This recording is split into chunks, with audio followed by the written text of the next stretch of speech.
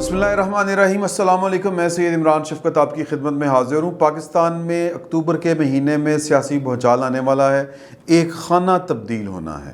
Just ایک خانے سے ایک مورا آگے یا پیچھے ہوگا اور پاکستان کی سیاست میں ایک دفعہ پھر جان پڑے گی، سیاست متحرک ہوگی۔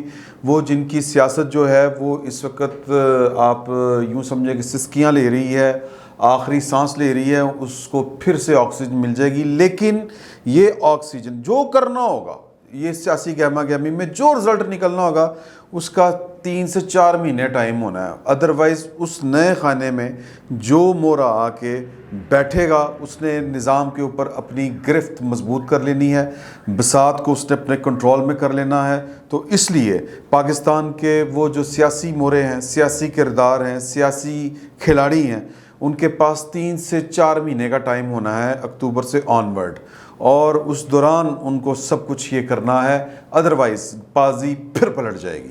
بالکل اسی طرح بازی پلٹی تھی، عمران خان صاحب کے ہاتھ سے گیم نکل گئی تھی، لیکن کچھ غلطیاں اس طرح کی ہوئیں کہ سنبھلنے کا موقع مل گیا، اور پھر ایک اچھے وقت کے انتظار میں جو یار لوگ ہیں وہ سرانے کے نیچے بلکہ تکیے کے اوپر سر رکھ کے یا باں سر کے نیچے رکھ کے، بازو سر کے نیچے رکھ کے سو گئے۔ پاکستان میں اکتوبر، اچھا یہ وہ میں نے کھل کے آپ کو بتا دیا کہ اکتوبر کا مہینہ ہے، میں وہ خانہ تبدیل ہونا ہے، تو اب اس کے اوپر آپ خود غور و خوض کریں کہ میں کیا کہنا چاہ رہا ہوں، کیونکہ مجھ پر الحمدللہ جو الزامات ہیں وہ پہلے اس طرح کے ہیں کہ میں تھوڑا سا احتیاط کا دامن اگر ہاتھ سے چھوڑوں گا تو پھر ایکشن ری پلے ہو سکتا ہے۔ تو اکتوبر کا مہینہ پاکستان کی ویسے ہی سیاست میں بڑا اہم رہا ہے۔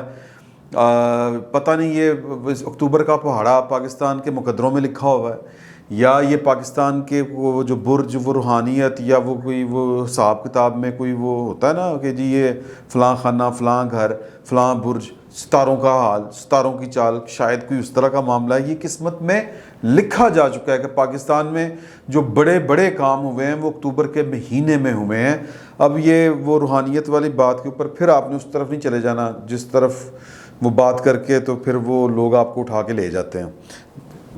لائٹن سائڈ پہ کہا ہے، غصہ نہیں کرنا۔ تو اگر آپ پاکستان کی تاریخ کو پرکھنے کی کوشش کریں، اس کا جائزہ لینے کی کوشش کریں، تو پاکستان میں ادھر پاکستان 14 اگست 1947 کو بنتا ہے، اور اکتوبر 1948 کو پاکستان کو ایک جنگ لڑنی پڑتی ہے، اور پاکستان کو کشمیر میں وزیر یعنی گورنر جنرل جو تھے پاکستان کے بانی پاکستان، ان کے احکامات کے نتیجے میں وہ پھر بڑی لمبی کہانی ہے۔ جنرل گریسی نے بات ماننے سے انکار کر دیا، یا یہ ہوا وہ ہوا، بڑی وہ پھر ٹیکنیکل سی، وہ پھر تاریخ کا اپنا ایک معاملہ ہے کہ اس کے بعد کیا ہوا۔ لیکن پاکستان نے فوجیں کشمیر میں اکتوبر 1948 میں اتار دی تھیں۔ تو پاکستان اکتوبر نے جو پہلا اکتوبر کا پڑھا پاکستان نے پہلا پڑھا وہ 1948 میں پڑھا تھا۔ پھر 16 اکتوبر 1951 یہ وہ دن تھا جب یہ جو اب لیاقت باغ مشہور ہے، جہاں پر ہمارے 2 وزرائے اعظم، ویسے تو پنڈی ماشاءاللہ وہ شہر ہے جہاں پر ہمارے 3 وزرائے اعظم بھڑک چکے ہوئے ہیں۔ ایک بھٹو پہلے لیاقت علی خان صاحب 16 اکتوبر 1951 کو وہاں پر پھڑکائے گئے، پھر بینظیر بھٹو 27 دسمبر 2007 کو وہ وہاں پر شہید کی گئی، اور بھٹو صاحب کو وہیں پر جو ہے وہ پھانسی دی گئی تھی۔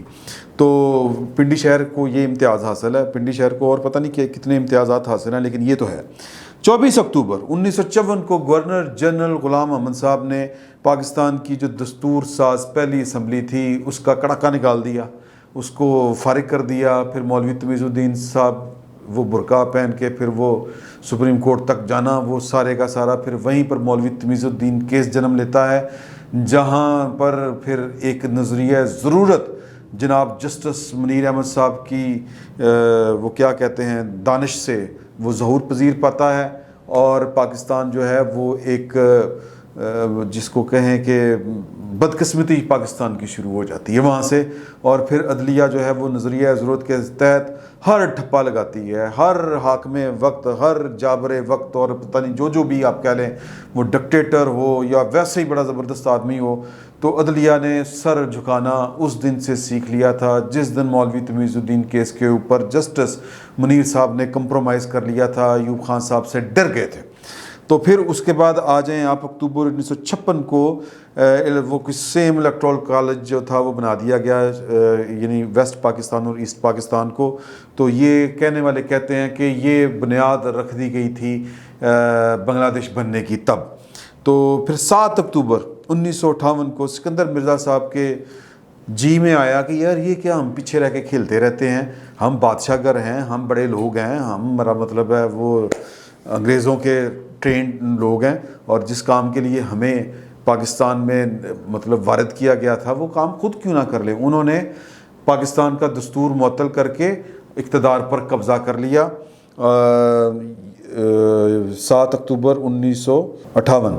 پھر اس یعنی مہم جوئی کے تقریباً 20 دن بعد جنرل ایوب صاحب کو احساس ہو گیا کہ پائن یہ مطلب طاقت تو میری ہے، مطلب جو گلیڈیٹر ہے وہ تو میں ہوں، اور یہ میرے چکر میں یہ پائن کس حساب سے جھوٹے لے رہے ہیں سکندر مرزا صاحب، یہ کہاں سے آ گئے، طاقت تو میرے پاس ہے۔ تو پھر انہوں نے ان کو جہاز میں بٹھایا اور پھر ان کو فارغ کروایا، وہ پاکستان سے باہر گئے، اور پھر وہیں پر پھر کبھی وہ پاکستان نہیں واپس آ سکے۔ تو یہ مارکا یعنی کہ جنرل ایوب صاحب نے جو مارشل لا نافذ کر کے سکندر مرزا صاحب کو فارغ کر کے براہ راست پاکستان کے اقتدار پر قبضہ کیا، وہ 27 اکتوبر 1958 کا واقعہ ہے۔ پھر 26 اکتوبر 1959 اس دن وہ پاکستان کے عوام کو جنہوں نے جمہوری طریقے کے ساتھ ایک جمہوری جدوجہد کے ذریعے پاکستان حاصل کیا تھا، ووٹ کے ذریعے، ان کو انہوں نے فیصلہ کیا کہ ہم ان کو بیسک ڈیموکریسی میں سکھاؤں گا، جس کو BD سسٹم کہتے ہیں۔ تو وہ انہوں نے وہ پھر سکھانا شروع کیا، اور آج تک ہم وہ سیکھ رہے ہیں، اور وہ تجربات صدارتی اور اس طرح کے انہوں نے پھر یہیں سے شروع ہوتے ہیں۔ یہ بیسیکلی وہ بنیاد تھی کہ پاکستان کا میں جو صدارتی نظام کی۔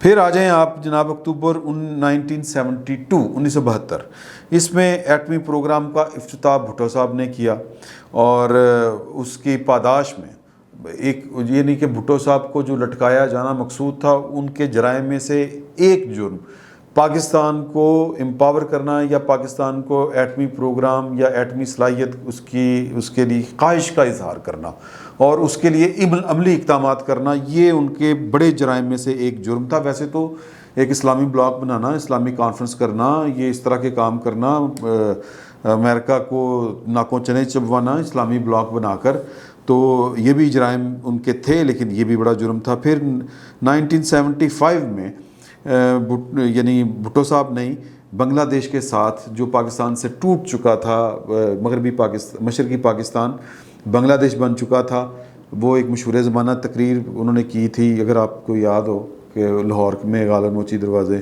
بہرحال چلیں چھوڑیں وہ بات اور ہے۔ لیکن انہوں نے 1975 کو پاکستان کے اور جو بنگلہ دیش کے سفارتی تعلقات ہیں ان کی انہوں نے منظوری دی، بنیاد رکھی۔ پھر اکتوبر 1979 میں ضیاء الحق صاحب نے، مرد مومن مرد حق ضیاء الحق صاحب نے اپنے وعدہ سے منحرف ہوئے۔ پہلے تو وعدہ وہ آئین توڑنے کا وعدہ کہ آئین کی حفاظت کرنے کا وعدہ تھا، پھر انہوں نے آئین توڑ دیا، ایک وہ آئین کی خلاف ورزی، پھر انہوں نے مسلمانوں کو اسلام سکھانے کی کوشش کی، اور پھر وعدے کی پاسداری کا جب وقت آیا تو انہوں نے اس دن یعنی کہ اکتوبر 1979 میں انہوں نے عام انتخابات، جن کا انہوں نے اقتدار سنبھالتے ہی وعدہ کیا تھا کہ 90 روز میں عام انتخابات کروا دیے جائیں گے دستور کی منشا کے مطابق، وہ انہوں نے وعدہ خلافی کی اور کہا کہ غیر معینہ مدت کے لیے انتخابات ملتوی اور ملک میں سنسرشپ نافذ، مطلب آپ کا جو حق وہ جانکاری ہے وہ بھی چھین لیا۔ صحافیوں نے کوڑے تو پتہ نہیں کی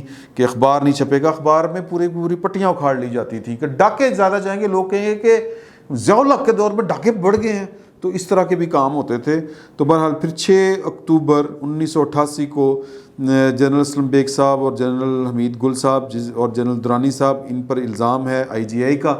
یہ IGI بینظیر بھٹو صاحبہ کے خلاف بنائی گئی تھی. بینظیر بھٹو اپنے والد کو سزائے موت ملنے کے بعد پاکستان میں جمہوری جدوجہد کرنے پاکستان آئی تھیں، تو ان کا راستہ روکنے کے لیے سیاسی طور پر ان کو کنورٹ کرنے کے لیے ایک چوچو کا مربع IGI کے نام پہ بنایا گیا تھا، جس کے پھر لیڈر بعد ازاں نواز شریف صاحب ایمرج ہوئے اور پاکستان کے وزیر اعظم 24 اکتوبر 1990 کو پھر وہ پاکستان کے وزیر اعظم بن گئے. IGI کے پلیٹ فارم سے انہوں نے متحرک جو تھی وہ افیکٹو یعنی اپنی شناخت والی وہ سیاست شروع کی تھی. اور پھر اکتوبر 1993 کو بینظیر بھٹو پاکستان کے اقتدار میں آئیں. پھر 12 اکتوبر 1999 کو نواز شریف صاحب کا تختہ الٹا گیا ان کی حکومت کا، ان کو گرفتار کیا گیا. یہ تازہ ترین تاریخ کا حصہ ہے. یہ بہت سے لوگوں نے اپنی آنکھوں سے یہ والے واقعات دیکھے ہوئے ہیں. اور پھر پرویز مشرف صاحب کا تقریباً 9 سال کا دور چلا. اس دوران انہوں نے اکتوبر 2002 کو عام انتخابات منعقد کروائے تھے، جو سپریم کورٹ نے ان کو 3 سال کی مہلت دی تھی کہ آپ نے جو آئین میں ترمیم شرمیم کرنی ہے پھڑکانی ہے وہ پھڑکا لیں، اور بنیادی ڈھانچے کو نہیں آپ نے چھیڑنا. اس طرح کی وہ شرائط ان پر عائد کر کے انتخابات کروانے کا ان کو پابند کیا گیا تھا. پھر 18 اکتوبر 2007 کو سانحہ کارساز ہوا. بینظیر بھٹو پاکستان آئی تھیں اور جو پرویز مشرف صاحب ہیں پوری سیٹلمنٹ کے تحت آئی تھیں. NRO لے کے آئی تھیں، NRO دے کے آئی تھیں، امریکہ کی مرضی سے آئی تھیں.